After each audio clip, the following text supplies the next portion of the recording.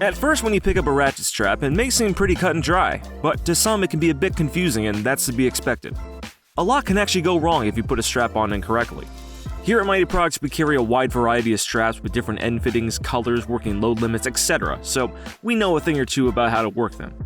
So let's start by looking at the mechanism itself. This is what's going to be doing most, if not all, of the work. There are three main portions of the ratchet to take note of: the pawls, the windlass, and the webbing channel. There are two pawls on the ratchet, one on the handle and the other on the other side of the mechanism. These pawls latch onto the gears of the windlass and let you rotate it to tighten the strap. With the handle wide open, the pawls are fully unlatched from the gears of the windlass, letting you loosen the strap. The webbing channel is that slot on the windlass that your strap is going to go through. Before doing anything with the strap, make sure that the webbing channel is horizontal when the mechanism is facing upright. No matter what kind of strap type you get, whether it's a flat hook, wire hook, or endless, there's always going to be a part of that strap without the end fitting that goes through the webbing channel. The strap should always be put through the channel from the back of the ratchet towards the handle. This allows you to have full control over both the strap and the ratchet mechanism without having to twist or turn the whole thing. It's also important to make sure that the strap is perfectly flat and in tune with the fixed end of the strap. The best way to determine which side is right is by making sure that the wording on the strap is facing towards you.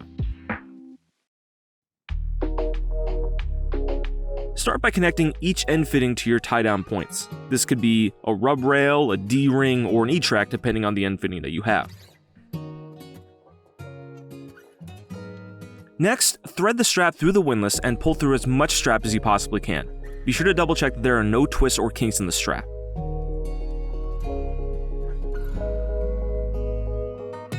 Finally, while pulling on the excess strap, start ratcheting until the strap is super tight and there's little to no give.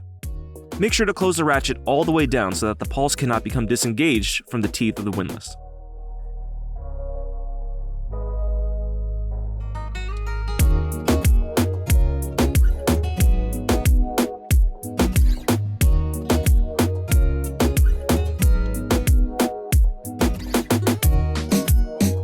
And that's all there is to it. It's not too difficult now to operate it, though there are a few things to steer clear of.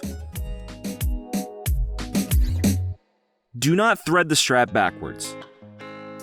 This is meant for ease of use and to make sure you're pulling enough slack through on the first try.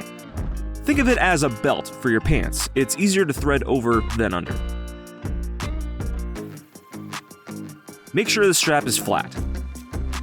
If the strap has any turns or twists in it, the wind when you're on the road can create a vibration through the whole strap, leading to tears and wear points. The flatter the strap, the easier it is for wind to pass through it. Pull all of the excess strap through. This is a very common mistake among first-time users. If you start ratcheting down the strap before you get all of it pulled through, you'll be left with this big water on the windlass that makes it impossible to both tighten it down further and to loosen the strap. This can jam the mechanism, and in some cases the only way to fix it is to cut the strap entirely, which isn't ideal, obviously. And that's pretty much it. Hopefully now ratchet straps aren't too confusing to look at, and with a bit of practice, you can operate a ratchet strap with ease. If you're looking for new ratchet straps or you just want some more options in your arsenal, Mytee Products carries a wide variety of straps in a variety of widths and lengths best suited for you. And you can find them all at myteeproducts.com.